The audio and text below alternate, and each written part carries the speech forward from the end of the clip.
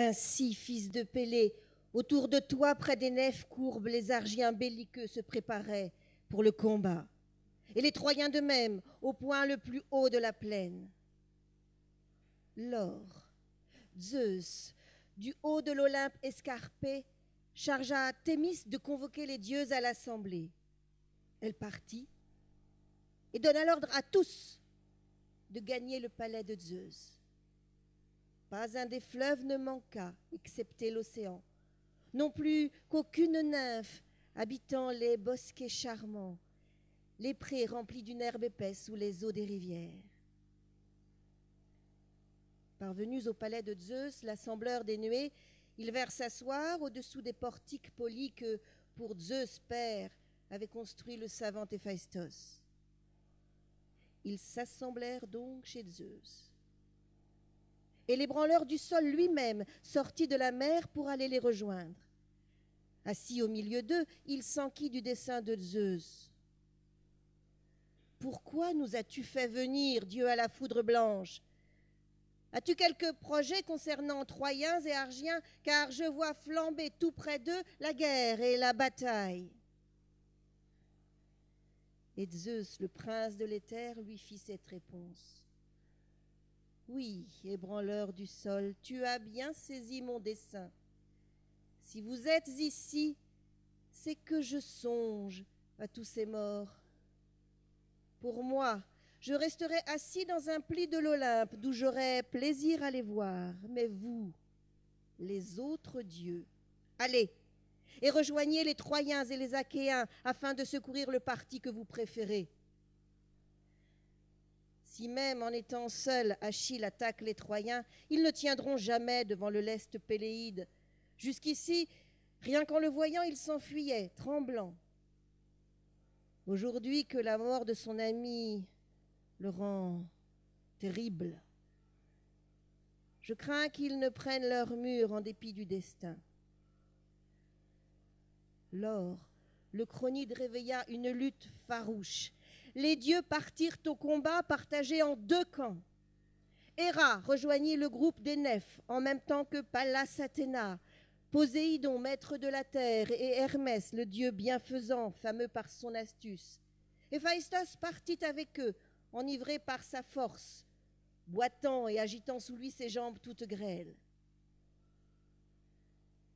Arès casqué alla chez les Troyens, et avec lui Phoebos aux longs cheveux, et Artémis la Sagittaire, et Léto, et le Xanthe, et Aphrodite, tout sourire.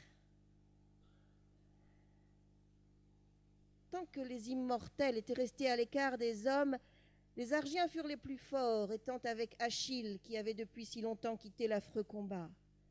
Quant aux Troyens, une frayeur atroce les saisit, tant ils craignaient de voir le Péléide aux pieds rapides, brillant dans son armure, émule du cruel Arès. Mais à peine les dieux s'étaient-ils mêlés aux humains que surgit l'âpre et sauvage discorde, et qu'Athéna cria, tantôt debout près du fossé, loin du rempart, tantôt sur les rochers d'où retentissaient ses clameurs. Arès criait de son côté, tel un noir ouragan, courant hurler ses ordres, soit au sommet de la ville, soit près du Simoïs, du haut de la belle colline. C'est ainsi que les dieux, en excitant à la bataille, les deux camps firent éclater entre eux un lourd conflit.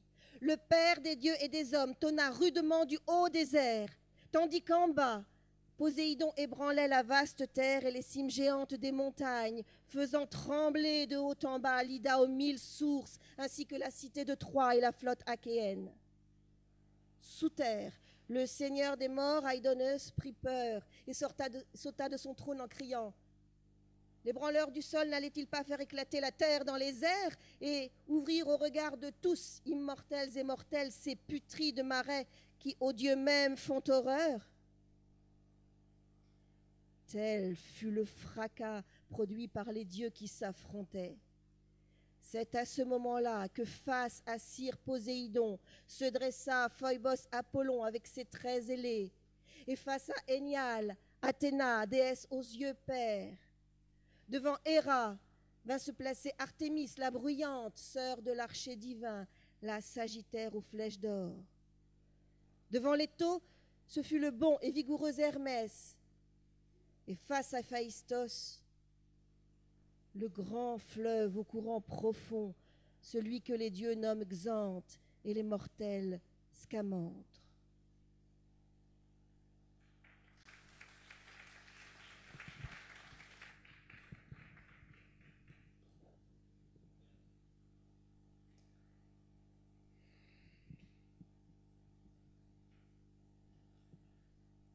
La plaine entière, brillant sous le bronze, se remplit d'hommes et de chevaux, et le sol trembla sous leurs pieds tandis qu'ils s'élançaient.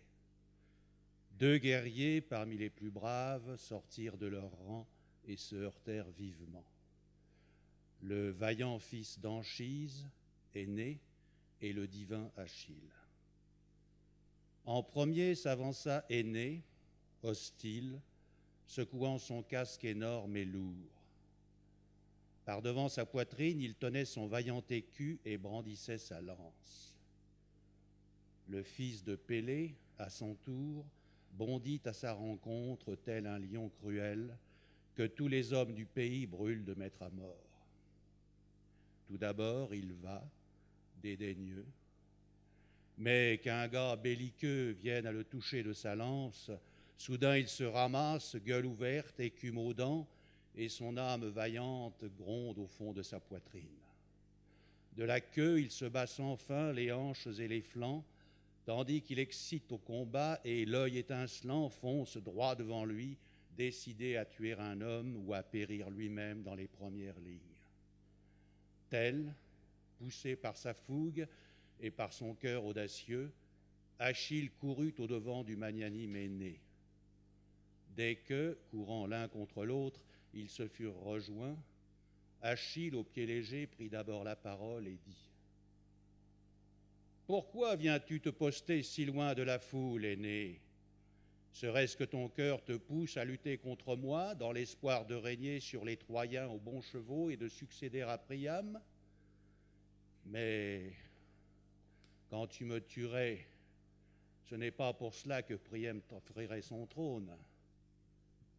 Il a des fils. Loin d'être fou, il est plein de bon sens. À moins que les Troyens ne t'aient taillé un beau domaine, riche en vergers et en labours, dont tu pourras jouir si je meurs sous tes coups. Mais crois-moi, tu auras du mal.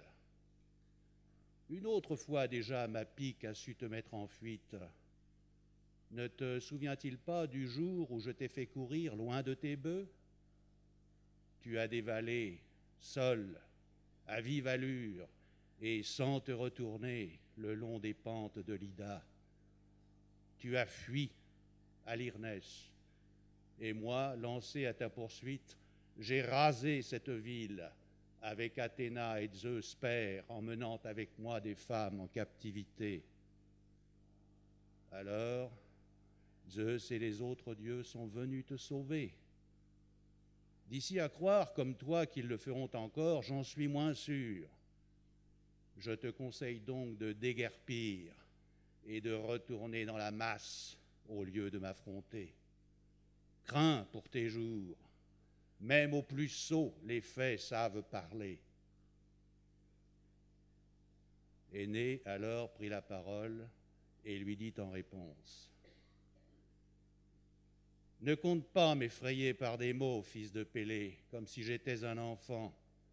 Je sais parfaitement proférer aussi bien que toi injures et menaces. Nous savons quelle est notre race et d'où nous descendons. Il nous suffit d'ouïr les récits fameux des mortels, car jamais tu n'as pu voir mes parents, ni moi les tiens. On dit de toi que tu es né de l'excellent Pélée et de Thétis, la déesse marine aux belles boucles. Pour moi, c'est d'Anchise au grand cœur que je me glorifie d'être le fils, et ma mère est la divine Aphrodite. De nos parents, il en est qui vont pleurer d'ici peu leur enfant. Ce n'est point, j'en réponds, par des balivernes que nous allons trancher le cas et sortir du combat. Mais ne restons point plantés là à tenir des discours comme des sots quand la bataille autour de nous fait rage. Tous deux, nous pourrions nous lancer sans doute 1000 injures, beaucoup plus que n'en contiendrait un navire à 100 rames. Souple est la langue des humains. On y trouve en grand nombre des termes variés, les mots foisonnent en tous sens, et tel mot déjà dit vous revient parfois en réponse. Mais sommes-nous forcés de nous chercher querelle en face et de nous chamailler tous deux comme le font des femmes qui, le cœur rongé de colère et de dépit, s'en vont se disputer en pleine rue et lâchant tous les mots, vérités ou mensonges que la bile leur inspire? Ce n'est pas en parlant que tu réfréneras ma fougue. Je me battrai d'abord avec ma lance. En avant donc, et tâtons-nous sans plus tarder de nos piques de bronze.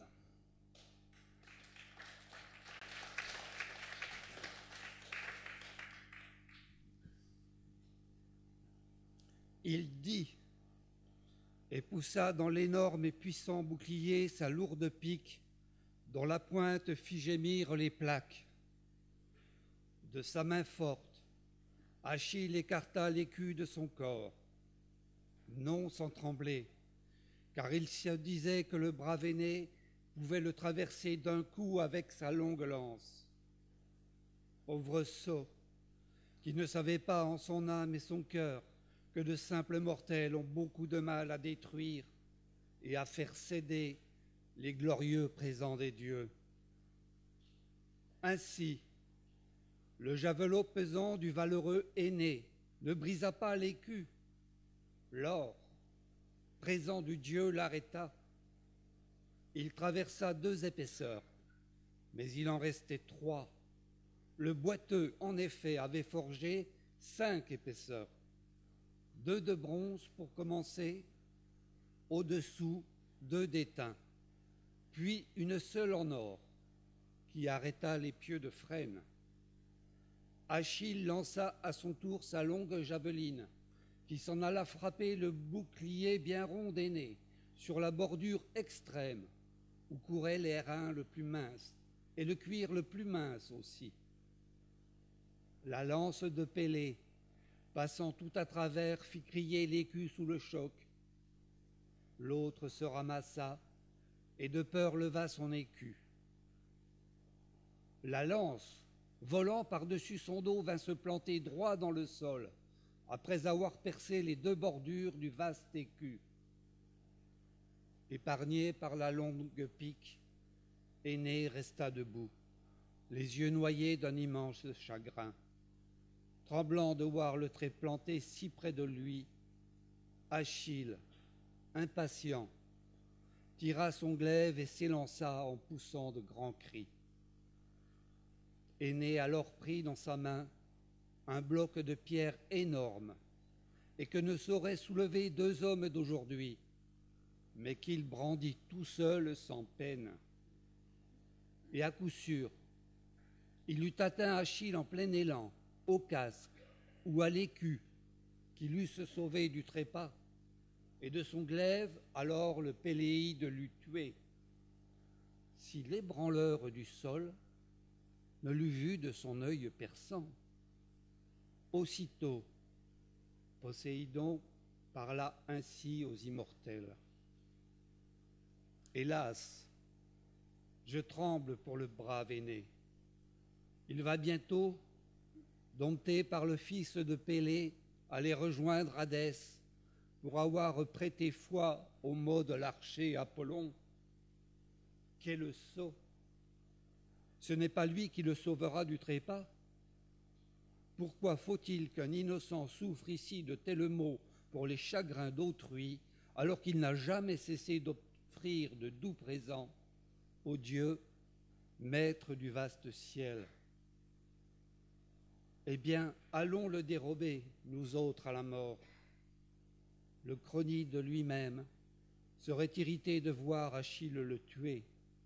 Le destin veut qu'il soit sauvé, afin que ne périsse pas, stérile, anéantie, la race de ce Dardanos que Zeus a plus aimé que tous ses autres fils nés d'une mortelle et de lui. Il a déjà pris en horreur la race de Priam. Le grand aîné, un jour, doit être le roi des Troyens, ainsi que les fils de ses fils qui naîtront après lui. Héra, l'auguste déesse aux grands yeux, lui répondit. Ébranleur de la terre, à toi d'interroger ton âme. Sauveras-tu Énée ou le laisseras-tu périr, si valeureux qu'il soit, des coups du Péléide d'Achille? Plus d'une fois, nous deux, Pallas, Athéna et moi-même, nous avons fait serment en prenant les dieux à témoin de ne jamais écarter des Troyens le jour fatal, même quand leur cité flambera sous la flamme ardente et que les braves Achéens l'auront tout embrasé. En entendant ces mots, Poséidon, l'ébranleur du sol, fonça dans la mêlée et le fracas des javelines. Il se rendit auprès d'Énée et de l'illustre Achille. Aussitôt, sur les yeux du Péléide, il répandit un brouillard ténébreux. Puis, arrachant les pieux de bronze qui s'étaient fichés dans l'écu du magnanime Énée, il vint le déposer aux pieds du héros achéen. Il prit Énée enfin, l'éleva au-dessus du sol, puis, le lançant de sa divine main, lui fit franchir d'un bond force rang de guerriers et force rang de chars jusqu'à l'extrême bord de la bataille bondissante, où les cocones, justement, s'armaient pour le combat. Poséidon, l'ébranleur du sol, s'approcha du héros et, s'adressant à lui, il dit ces paroles ailées.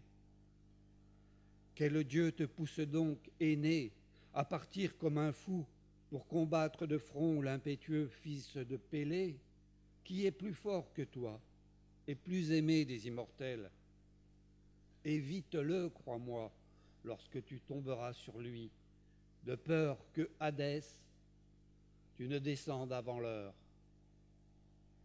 Mais aussitôt qu'Achille aura subi la mort fatale, alors enhardis-toi et va combattre au premier rang, car aucun Danaéen ne saurait te tuer. L'ayant bien informé de tout, il le laissa sur place, et aussitôt après, il dissipa des yeux d'Achille le brouillard merveilleux. Alors, écarquillant les yeux, Achille s'étonna et dit à son cœur magnanime, « Malheur, quel étonnant prodige à mes yeux se présente. Voici ma javeline à terre et je n'aperçois plus le preux qu'en la lançant je brûlais de toucher à mort. Énée aussi, je le vois bien, est cher aux immortels, mais je pensais qu'il se vantait à tort et sans raison. Qu'il s'en aille à sa perte, trop heureux de s'en tirer, il n'aura pas le cœur de me tâter une autre fois. Allons, tout en encourageant les vaillants Danaens, je vais pour les tâter marcher sur les autres Troyens. » Il dit, et de sa lance il frappa Dryops en plein coup. L'homme chute à ses pieds. Il le laissa pour attaquer Démouchos, fils de Philétor, un noble et grand guerrier. Il brisa son élan d'un coup de lance en plein genou, après quoi, de sa grande épée, il lui donna la mort. Puis, il se rua sur Laogonos et Dardanos, fils de Bias, et les culbuta tous deux de leur char, touchant l'un de sa lance et frappant l'autre de son glaive.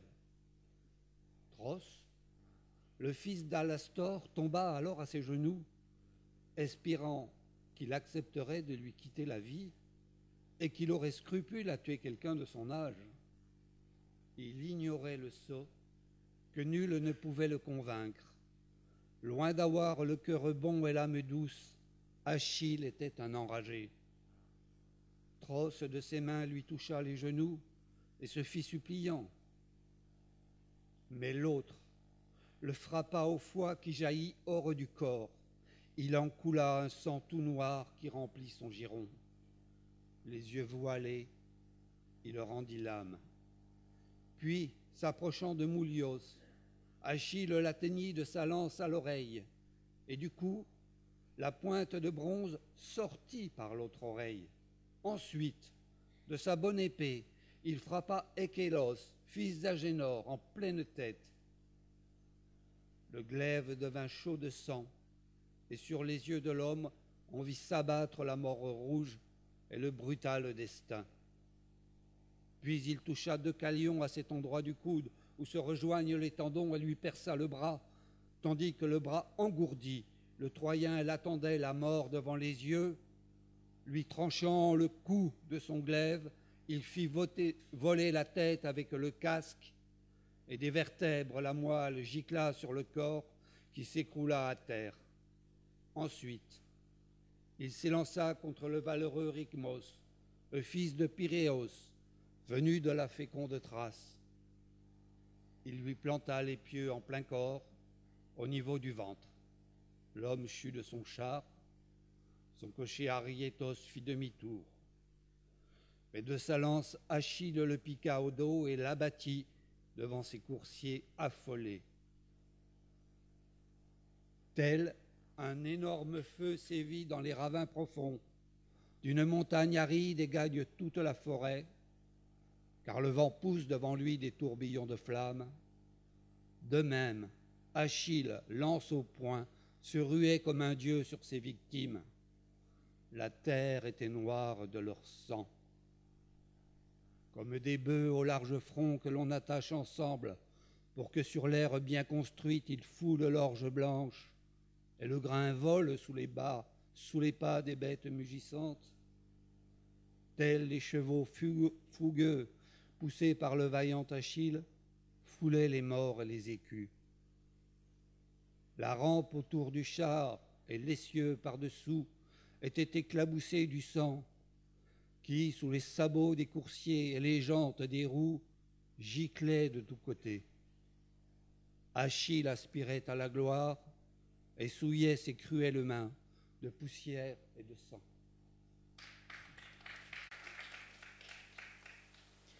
Dès qu'ils eurent atteint le gué du Xanthe impétueux, ce fleuve aux belles eaux que Zeus immortel engendra, il les coupa en deux. Il poussa les uns vers la plaine et la ville, où, la veille encore, les Argiens affolés avaient fui la fureur d'Hector, et où en ce moment se débandaient les Troyens apeurés, tandis qu'Héra déployait pour les retenir une vapeur épaisse. L'autre moitié roula dans le fleuve au remous d'argent, où ils tombèrent à grand bruit, faisant mugir les ondes et gronder les rochers du bord. Au milieu des clameurs, ils nageaient, çà et là, tournant avec les tourbillons. Comme l'élan du fleuve lève et fait fuir des sauterelles vers le fleuve, une flamme ardente a jailli brusquement. Elle les brûle, et toutes cherchent un abri dans l'eau. Ainsi, le cours bruyant du Xanthe au tourbillon profond se remplit sous l'élan d'Achille d'hommes et de chars. Lors, le héros divin laissa sur la berge sa pique appuyée à des tamaris et, l'épée en main, s'élança comme un dieu, méditant de sombres desseins.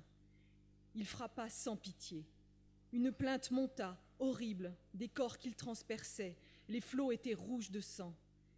Tels des poissons qui, à l'approche d'un dauphin énorme, s'enfuient et vont remplir les fonds d'un port au bon mouillage, grande est leur peur, car il dévore tout ce qu'il saisit. Tels les Troyens, tombés dans les flots du fleuve terrible, se tapirent sous les rochers. Enfin, las du carnage, il retira vivant des flots 12 jeunes Troyens qui paieraient pour la mort du fils de Ménotios, Patrocle. Il les fit donc sortir de l'eau, tremblants comme des faons, leur lia les mains par derrière avec les beaux cordons qu'ils portaient toujours attachés à leur souple tunique et les remit aux siens pour les mener vers les nefs creuses. Puis il repartit de l'avant, avide de massacre. Le voyant s'échapper du fleuve, il s'élança sur Lycaon, fils de Priam, issu de Dardanos, celui-là même qu'il avait emmené un jour du verger de son père en l'attaquant de nuit. Comme il tranchait d'un bronze aigu des sillons de figuier pour faire une rampe de char, Achille s'était abattu sur lui à l'improviste, puis l'avait embarqué et vendu dans Lemnos la Belle, où le fils de Jason lui en avait donné le prix. Son hôte, Étion d'Imbros, l'avait tiré de là pour un bon prix et envoyé ensuite à Arisbée, d'où il s'était enfui pour rentrer au toit paternel. Revenu de Lemnos, il avait goûté 11 jours le plaisir d'être avec les siens. Mais le 12e jour, le ciel le jeta de nouveau entre les mains d'Achille, qui devait l'envoyer de vive force chez Hadès. Donc le divin Achille, au pied rapide, l'aperçut, n'ayant ni casque, ni écu, ni javeline même. Il avait tout jeté au sol. La sueur l'épuisait d'avoir fui loin du fleuve, et ses genoux n'en pouvaient plus. Achille s'étonna et dit à son cœur magnanime, « Malheur, quel étonnant prodige à mes yeux se présente! Les preux Troyens par moi tués vont-ils ressusciter du fond des enfers ténébreux, puisqu'il en revient un qui avait fui le jour fatal et que j'avais vendu dans la sainte Lemnos? Les houles blanches qui retiennent tant d'hommes malgré eux n'ont donc pas arrêté ce brave? Eh bien, il va goûter ici la pointe de ma lance. Je veux me rendre compte et voir s'il saura aussi bien revenir de là-bas, ou si la terre nourricière le retiendra captif, elle qui retient les plus forts. » Comme il songeait ainsi, l'autre approcha, épouvanté, brûlant de toucher ses genoux et n'ayant qu'un désir, celui d'échapper à la mort et au sombre trépas. Le divin Achille aussitôt leva sa longue lance, brûlant de le tuer. L'autre se baissa et le prit par les genoux. Rasant son dos, la pique se planta en terre. Elle avait grand désir pourtant de chair humaine. D'une main, il prit les genoux, cependant que de l'autre, il retenait la lance aiguë et ne la lâchait pas. Lors, s'adressant à lui, il dit ces paroles ailées. « Je suis à tes genoux, Achille. Écoute et prends pitié. Respecte en moi, ô fils de Zeus, l'homme qui te supplie. Chez toi, j'ai mangé en premier le fruit de Déméter, le jour où tu m'as capturé dans le verger splendide pour m'emmener et pour me vendre, loin de tous les miens, dans la sainte Lemnos où je t'ai rapporté 100 bœufs. Mon rachat a coûté le triple. Et voici 12 aurores que j'ai regagnées Ilion après bien des épreuves. Et maintenant, le sort cruel me remet de nouveau entre tes mains. Ah, il faut que Zeus, père, me déteste, puisqu'il me livre encore à toi. Pour quelle courte vie m'a engendré Laotoé, fille du vieil Altès, de cette Altès qui règne sur les belliqueux Lélèges et tient la haute Pédasos près du Satnios? Priam avait sa fille pour épouse, entre autres femmes, et elle en eut 2 fils, que tu auras tués tous 2. L'un est le divin Polydore, et tu viens de l'abattre, là-bas, au premier rang, d'un coup de ta pique acérée. Et voici que c'est moi qui vais mourir. Comment pourrais-je échapper à tes mains, puisqu'un dieu m'a poussé vers toi? J'ajouterai ceci, et mets-toi bien la chose en tête. Épargne-moi, car je ne suis pas né du même sein qu'Hector, qui t'a tué ton grand et valeureux ami. » C'est ainsi que le supplia l'illustre Priamide. Mais la réponse qu'il reçut de lui fut sans pitié. « Insensé, ne me parle pas d'offrir une rançon.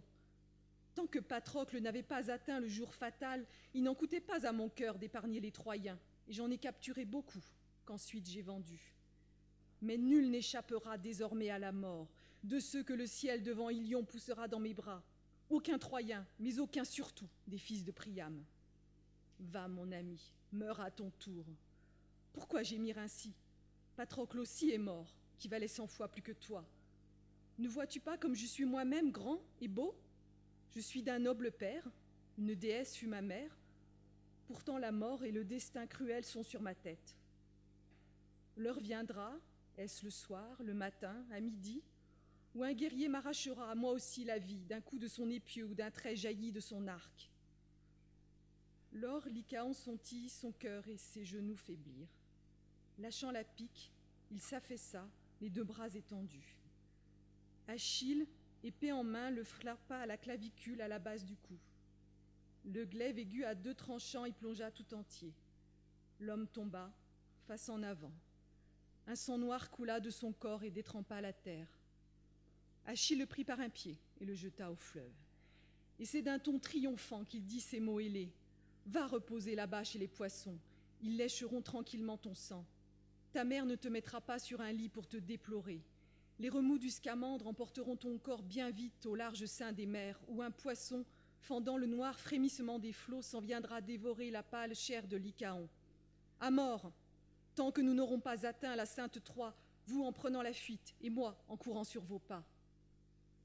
Ce vaste fleuve au tourbillon d'argent ne vous sera d'aucun secours.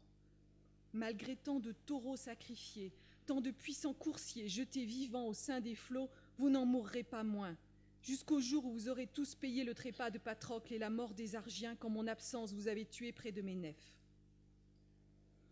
Il dit, et le fleuve en son cœur fut saisi de colère. Il chercha le moyen d'arrêter le divin Achille et ses exploits et d'écarter le malheur des Troyens. Courroucé, le fleuve au tourbillon profond prit les traits d'un homme pour parler du sein de ses remous. « Grande est ta force, Achille, et grands sont aussi tes méfaits. Tu as toujours des dieux qui ne demandent qu'à t'aider. Si Zeus t'accorde enfin d'exterminer tous les Troyens, chasse-les dans la plaine et sévis loin de mes regards. Mes ravissantes eaux sont déjà pleines de cadavres, et mon cours encombré de morts ne peut plus se jeter dans la divine mer. Et toi, tu sèmes le carnage ? Arrête pour de bon, grand chef, car tu me fais horreur. » Alors Achille, au pied léger, lui répondit ces mots.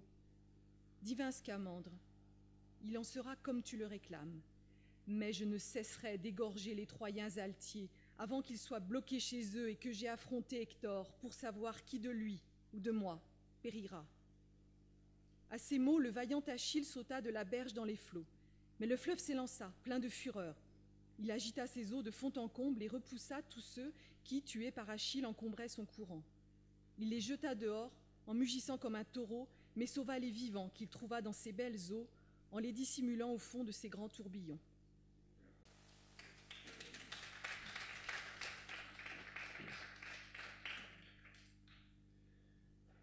Terrible, autour d'Achille, un flot trouble alors se dressa, qui, se jetant sur son écu, bouscula le héros et lui fit perdre pied. Alors il saisit de ses mains un grand et bel ormeau qui s'écroula, déraciné, avec la berge, et arrêta de ses branches serrées le beau courant. En s'écroulant tout entier dans le fleuve, il forma comme un pont. Sortant alors du tourbillon, Achille, pris de peur, s'élança à travers la plaine. Mais le grand Dieu l'assaillit de plus belle en soulevant sa crête noire, afin d'arrêter le divin Achille en ses exploits et d'écarter le malheur des Troyens. Le Péléide bondit aussi loin qu'un trait qu'on lance. On aurait cru voir voler l'aigle noir, ce fin chasseur qui est le plus fort et le plus rapide des oiseaux. Ainsi bondissait-il, et le bronze sur sa poitrine sonnait terriblement, cependant qu'il se dérobait pour fuir. Mais le Xanthe à grands flots le suivait en grondant. Parfois, un homme trace une rigole pour guider à travers plantes et jardins l'eau d'une source noire. De son hoyau, il en écarte tout ce qui l'obstrue. Aussitôt, l'eau se précipite, roulant les cailloux en masse et dévale à grand bruit la pente du terrain, au point de devancer souvent celui qui la conduit. De même, à chaque instant, le fleuve rattrapait Achille, si prompt qu'il fût, tant les dieux sont plus forts que les humains. À chaque fois que le divin Achille au pied léger se retournait pour faire front et voir si tous les dieux, maîtres du vaste ciel, n'étaient pas pour l'heure à ses trousses, à chaque fois le grand courant du fleuve issu du ciel roulait sur lui.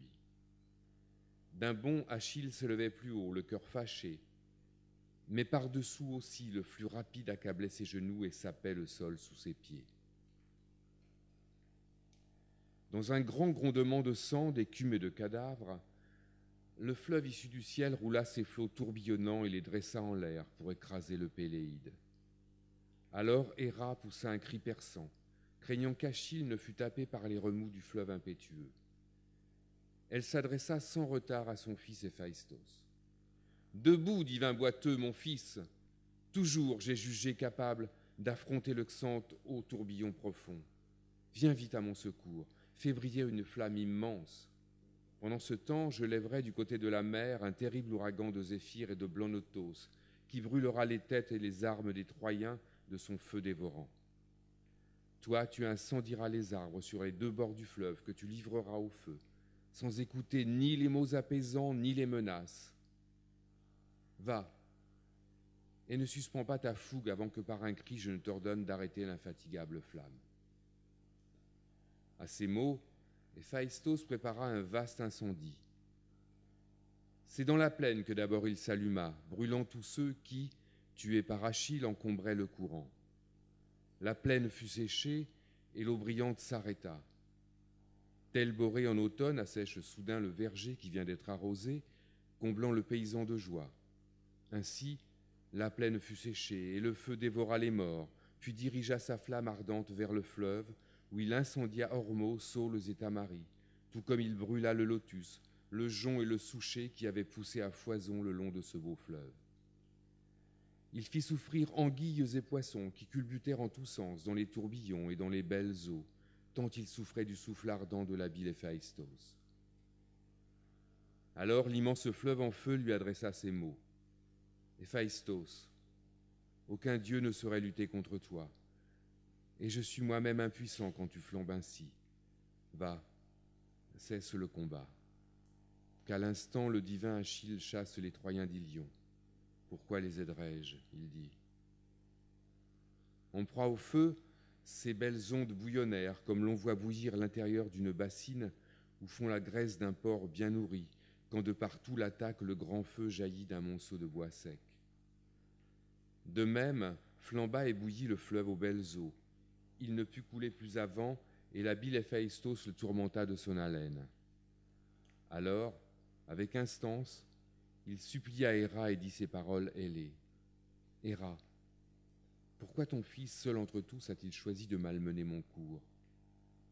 Ne suis-je pas beaucoup moins coupable que tous les autres dieux qui portent secours aux Troyens? Je veux bien m'arrêter pourtant, puisque tu me l'ordonnes, mais qu'il s'arrête aussi. Je te fais même le serment de ne jamais écarter des Troyens le jour fatal, même quand leur cité flambera sous la flamme ardente et que les braves Achéens l'auront tout embrasée. » En l'entendant parler ainsi, la déesse au bras blanc se hâta de dire ces mots à son fils Héphaïstos. « Héphaïstos, mon illustre enfant, arrête. Il ne sied pas qu'un dieu soit ainsi maltraité pour complaire à des hommes. » À ces mots, Héphaïstos éteignit le vaste incendie et le flot, tout en reculant, rentra dans son beau lit. La fureur du Xanthe, une fois domptée, ils s'arrêtèrent. Ce fut Héra qui les retint, malgré tout son courroux. Alors, parmi les autres dieux, une triste querelle s'abattit lourdement sur eux et sema la discorde. Ils s'attaquèrent à grand bruit. La terre au loin gronda, et le ciel vaste claironna la bataille autour d'eux. Zeus, sur l'Olympe, l'entendit, et c'est d'un cœur joyeux qu'il rit de voir les dieux entrer dans la mêlée. Ils s'affrontèrent sans tarder.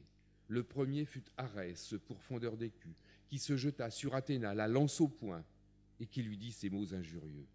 « Pourquoi donc, mouche à chien, excites-tu encore les dieux avec la folle audace où ton grand cœur te précipite? Ne te souvient-il plus d'avoir poussé le Tidéide à me blesser, d'avoir pris ta lance aux yeux de tous, pour la jeter sur moi et déchirer ma belle peau? À toi de payer maintenant tout ce que tu m'as fait. » Il dit, et frappa la terrible égide aux 1000 franches que Zeus ne saurait entamer lui-même avec sa foudre. C'est là que le cruel Arès jeta sa longue pique. Athéna recula et saisit de sa forte main un gros bloc raboteux et noir, posé là dans la plaine et qui avait servi jadis à borner quelques champs. Elle en frappa l'ardent Arès au cou. Son corps brisé couvrit par terre 7 arpents. Ses cheveux se salirent, ses armes vibrèrent sur lui. Lors Pallas Athéna se prit à rire et dit en triomphant ces mots ailés. « Insensé, tu ignores donc que je puis me flatter de l'emporter sur tous pour oser te frotter à moi? Tu vas ainsi payer ta dette aux fureurs de ta mère, qui te maudit et qui t'en veut d'avoir abandonné les Achéens pour assister les Troyens arrogants. » À ces mots, elle détourna ses yeux étincelants. La divine Aphrodite, alors, prit Arès par la main et l'emmena tout gémissant et comme anéanti. Mais l'ayant aperçu, Héra, la déesse aux bras blancs, dit aussitôt à Athéna ces paroles ailées. « Hola, fille de Zeus, le porte-égide, attritonné, vois cette mouche à chien qui tâche d'emmener Arès, loin de la foule et du combat cruel. Rattrape-la !» À ces mots, Athéna courut, le cœur rempli de joie, et abattit sa lourde main en plein sur sa poitrine. L'autre aussitôt sentit faiblir son cœur et ses genoux. Elle s'écroula près d'Arès sur la terre féconde. Alors Athéna exulta et dit ces mots ailés. Tel soit le sort de tous ceux qui protègent les Troyens, s'ils viennent désormais combattre les guerriers d'Argos avec autant d'audace et d'impudence qu'Aphrodite, lorsqu'elle a bravé ma fureur pour protéger Arès. Sans eux, depuis longtemps, nous aurions terminé la guerre et détruit pour de bon la belle cité d'Ilion. » À ces mots, Héra, la déesse au bras blanc, lui sourit, tandis que l'ébranleur du sol disait à Apollon: « Phœbos, nous aurions tort de rester tous deux à l'écart puisqu'ils ont commencé. N'ayons pas honte de nous battre loin de l'Olympe et du palais de Zeus au seuil de bronze. Commence donc. J'aurais mauvaise grâce de le faire, moi qui suis ton aîné qui en sais bien plus que toi. Ah, pauvre écervelé, tu ne te souviens même pas des maux que seuls parmi les dieux nous avons endurés, à Ilion, quand nous étions venus auprès de Zeus chez le noble Laomédon pour servir à l'année à salaire fixé. C'est lui qui nous dictait ses ordres. J'ai élevé pour les Troyens autour de leur cité un large et beau rempart pour rendre leur ville imprenable.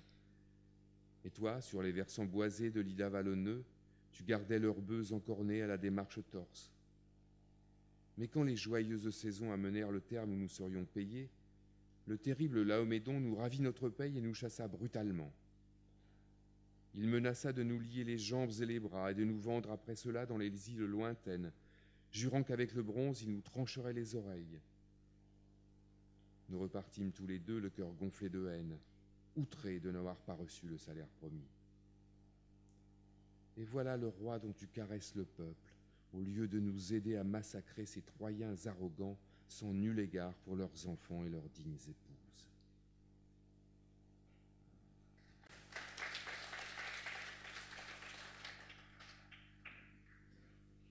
Lors Apollon, préservateur, lui fit cette réponse.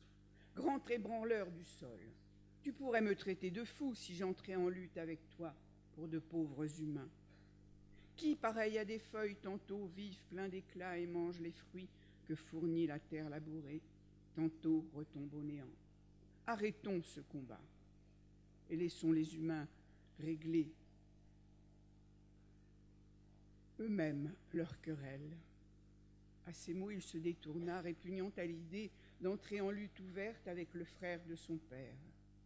Mais la Grèce Artémis, sa sœur, cette dame aux fauves, tout en le gourmandant, lui tint ses propos outrageux. « Et quoi, tu fuis, préservateur, laissant pleine victoire à Poséidon et lui donnant la gloire facile?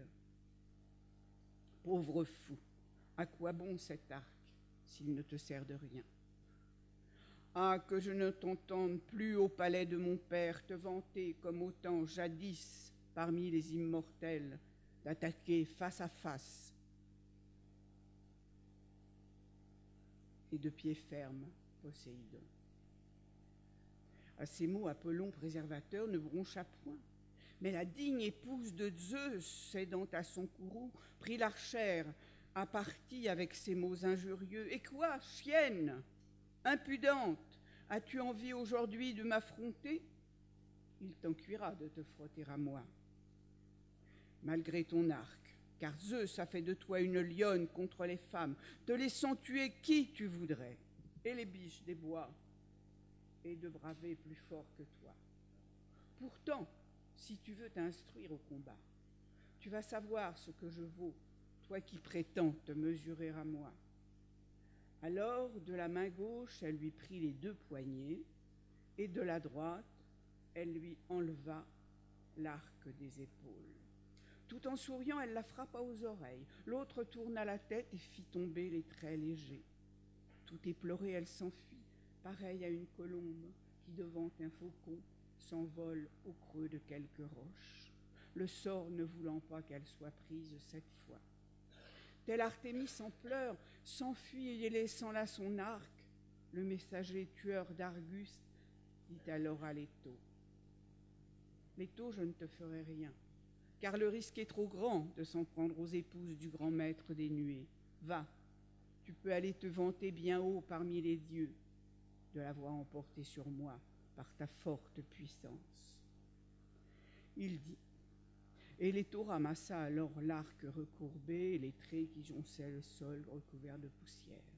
Tandis qu'elle partait avec les armes de sa fille, la Vierge regagnait l'Olympe et le palais de Zeus. Elle s'assit en pleurs sur les deux genoux du Cronide. Sa belle robe tremblait autour d'elle. Alors son père la tira tendrement et lui dit en souriant, « Quel est le Dieu, ma chère enfant, qui t'a ainsi traité sans raison, comme pour punir quelque méfait notoire ?» Et la bruyante à la belle couronne répondit, « Celle qui m'a frappée, ô père, est ton épouse Héra, elle qui sème parmi nous la discorde et la guerre. » Tandis qu'il se livrait à cet échange de propos, Phobos Apollon pénétrait dans la Saint-Ilion. Il avait peur pour les remparts de cette bonne ville si les Argiens la renversaient avant le jour marqué. Les autres immortels s'en retournèrent vers l'Olympe et vinrent s'asseoir près de Zeus. Pendant ce temps, Achille massacrait les Troyens et leurs coursiers impétueux. Comme d'une ville embrasée, une flamme fumeuse, fruit du courroux divin, s'élève dans le vaste ciel. À tous elle apporte la peine et le deuil à beaucoup. Tel au peuple troyen, Achille apporta peine et deuil. Le vieux Priam était posté sur le rempart divin. Il reconnut le grand Achille en train de bousculer les Troyens qui se débandaient sans trouver secours. Priam alors en gémissant descendit du rempart. Pour stimuler le long des murs les illustres portiers, maintenez les portes bien ouvertes jusqu'à temps que nos gens aient rejoint la ville. Achille est là tout près qui les bouscule, et je sens que nous courons au désastre. Sitôt qu'à l'abri des remparts, ils reprendront haleine. Dépêchez-vous de refermer les solides vantaux. Je crains que ce démon d'un sceau ne vienne dans nos murs. À ces mots, l'on déverrouilla les portes, qui s'ouvrirent en faisant briller le salut. Apollon s'élança au-devant des Troyens pour les préserver du malheur, car ils fuyaient droit vers la ville et vers son haut rempart. Accablé d'une soif ardente et couvert de poussière, Achille avec sa lance les serrait de près. La rage lui dévorait le cœur et il ne rêvait que de gloire. Alors, les Achéens auraient pris Troie haute porte.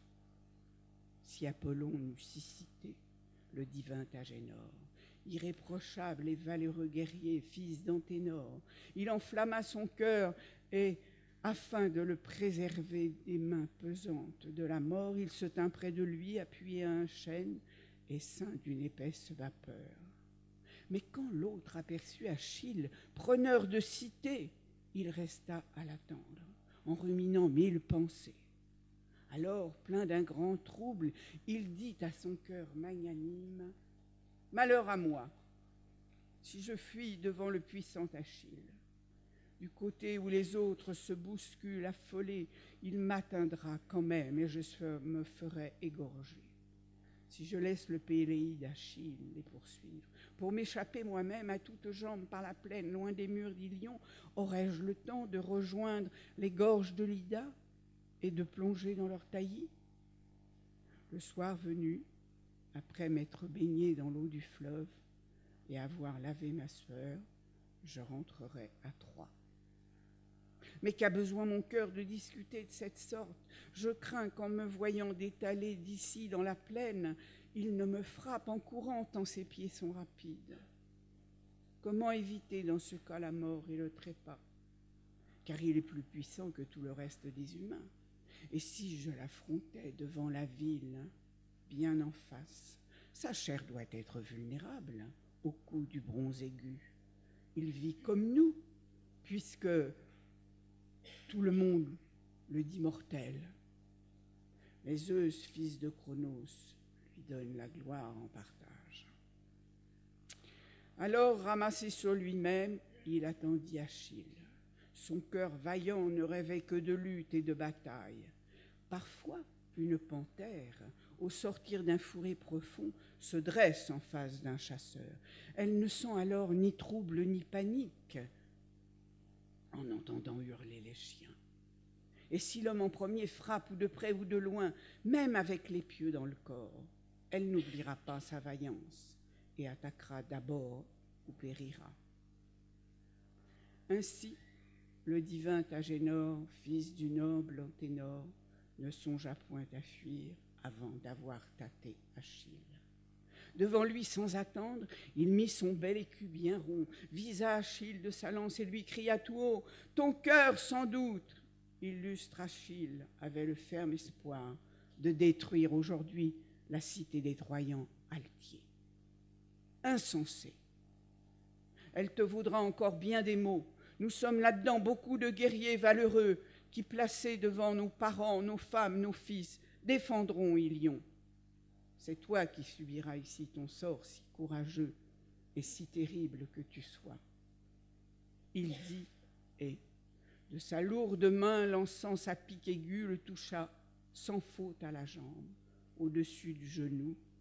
Le jambard d'étain neuf qui l'entourait rendit un son terrible, mais le bronze en tapant rebondit au loin sans traverser. Car les présents du dieu le repoussèrent. Achille, à son tour, attaqua le divin Agénor. Il enleva le preux, le déroba dans un brouillard épais et l'emmena sans bruit à l'écart du combat. Puis il rusa pour détourner les siens le Péléide. L'archer prit l'aspect du fier Agénor et se dressa devant Achille qui bondit en hâte à sa poursuite. Longtemps il courut dans la plaine fertile en s'écartant le long du Xanthe au tourbillon profond. Le dieu gardait un peu d'avance et le bernait ainsi, car l'autre espérait chaque fois qu'il le rattraperait. Les Troyens éperdus se replièrent, non sans joie, dans leur cité qui se remplit d'une foule compacte. Ils n'osaient même plus s'attendre en dehors des remparts et de la ville pour savoir qui avait échappé ou péri au combat. Et l'on vit affluer ainsi tous les preux qu'avaient pu sauver leurs pieds et leurs jarrets.